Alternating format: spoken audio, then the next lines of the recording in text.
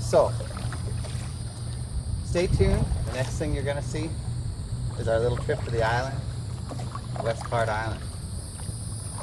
And it's exciting to be in a place where you know nobody lives and nobody sets foot except maybe the last owner. And it's privately owned. It's all wildlife, a lot of birds, a lot of crabs, a lot of vegetation like you see out here, a lot of mangroves, and a lot of fishing. If you live out there, you'll never starve, that's for sure.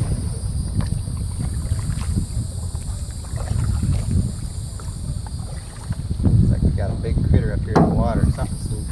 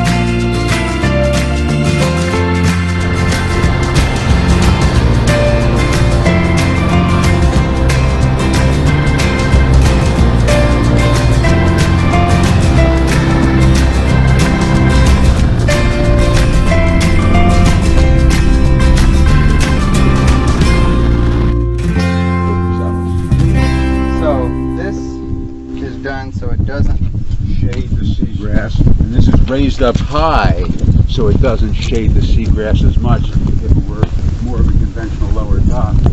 You will notice when we got off the dock at Cayo Costa, we went up, man, I didn't notice, we went up a little ramp to a level, and then we just walked on that level. When we got to the house, the platform for the house was at that level.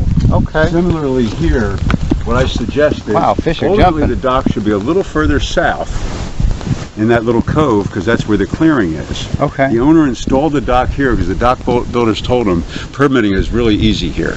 Gotcha. So just do it. So he just did it. Gotcha. And now we have to take a little walk. So the better half says you should have spent the extra money and time and put it there because this isn't a good location. So the way it would be like on Cayo Costa, where you just come off here to the platform at your home. Nice. It would be close to the cove where the spot is. So for right now, we're here. Right now we take a little trail. Ooh, ow! What was that? Oh, I stepped on a stick, poked me. I thought I got bit. So these sticks, these are all little trees trying to grow. No, they're pneumatophores that are part of the black mangrove. The black mangrove puts these up. They're not seedlings. They're part of the root system. Wow. And I've seen it suggested that the reason for that is that it helps them get rid of the salt water. Any poisonous snakes out here? None have ever been seen on Upper Captiva, so I'm guessing we don't have much in the way of poisonous snakes on West Part. These are lilies. I saw a video of Sanibel, maybe a year ago or something, where they took out a very large bobcat. We have bobcats on Upper Captiva. Okay.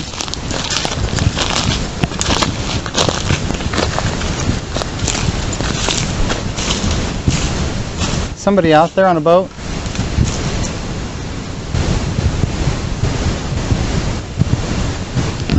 mean, it's a boat hitting waves in the sound. Okay. Guess we don't want them to take away our ride. No, no, no. You have the keys, right? I have the keys.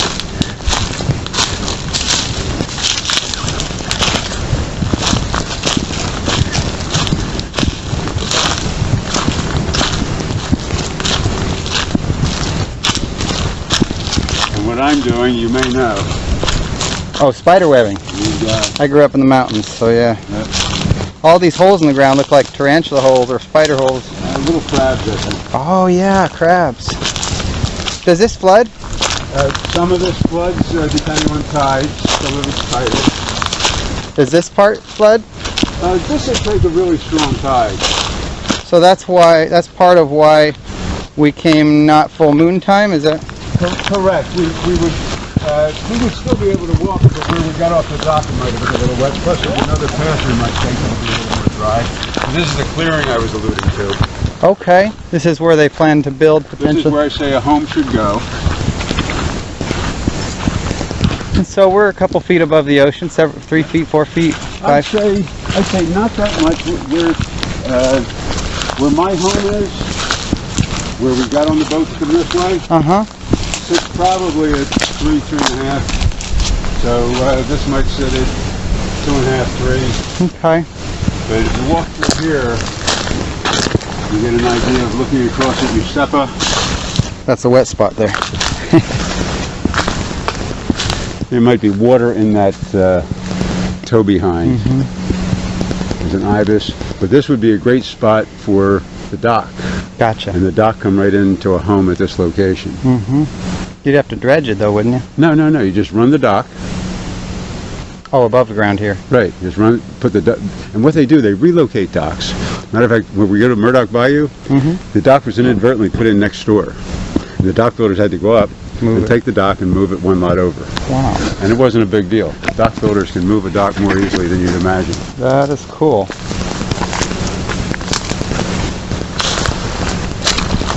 See, the water is in this vessel. Gotcha. It's not that there's water under the... Gotcha. And there's fresh water underneath if you drill a well? 300 feet down, you'll hit the lower Hawthorne Aquifer and have fresh water. Wow.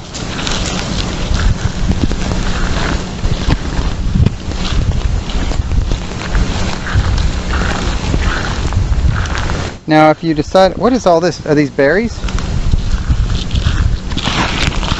Some sort of edible? It looks a little like sea purslane.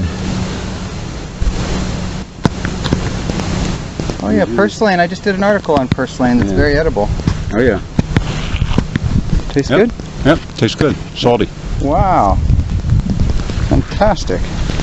So you can eat your property away to make room for your house. Look at the crabs. Oh man, they come out of these little holes everywhere. Yep, little fiddler crabs.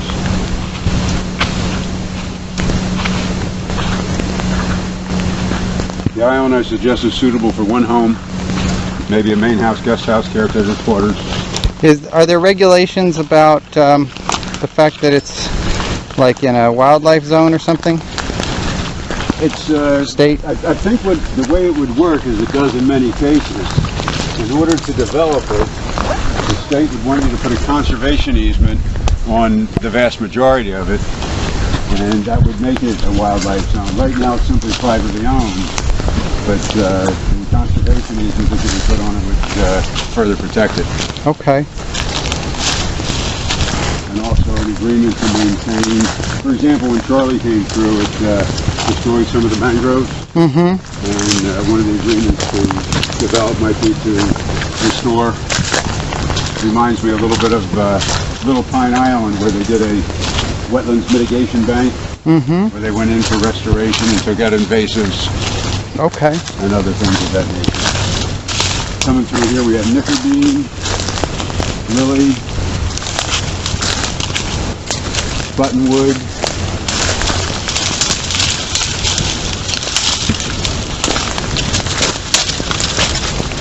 Jamaica caper,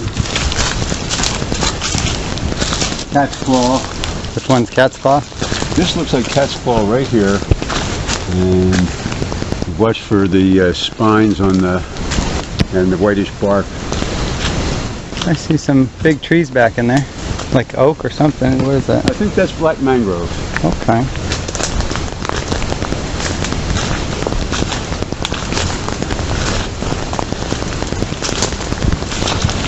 What is this? These are lilies, and I should know the proper name of just what specific lily it is. Are they natural, or they bring them? No, these are natural. These is wildlife. This is we got a good book from years ago by Workman called Growing Native. Okay. And we use it as a constant reference at the office for native vegetation. Very nice. That's a big tree up there. And this is where I should have brought the loppers, because there's a little path through here, but it's well overgrown. And now maybe back here, the cat's claw and the knickerbean are both thorny. So we have to be aware. So here, I believe is a small Calusa shell mound, as evidenced by the rise here and the lilies. What does that represent? Did somebody put this in? That the Calusas were here. Indian? Indians, absolutely. See the shells? Wow, and what did they do? They piled them up so that they had a... They piled them up. It was a combination of getting rid of the shells after using them and creating a little elevation. Wow. That's what this little elevation is. Some of this shows on a survey we have. Okay. Big crabs running I around. can imagine the island being developed with walkways and paths. Like wooden paths up over the... Yeah, you can see if you went through here and just cleared wide enough for a walkway, so you could walk, a half a mile north and a half a mile south. That would be fantastic. Just give enough to enjoy the nature and... See some of the wildlife.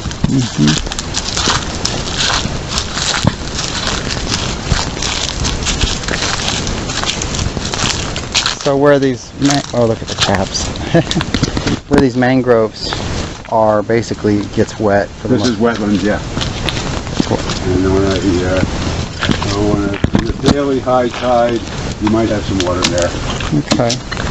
So you could put a little bridge there, or walkway over that. Now the typical one would be at this level, walk to the platform of your home. And so one would be well above all the sides. Yeah, roseate spoonbill. Oh, wow. Not a real common sighting. Beautiful. Very pink. Roseate and ibis. What do you call it again?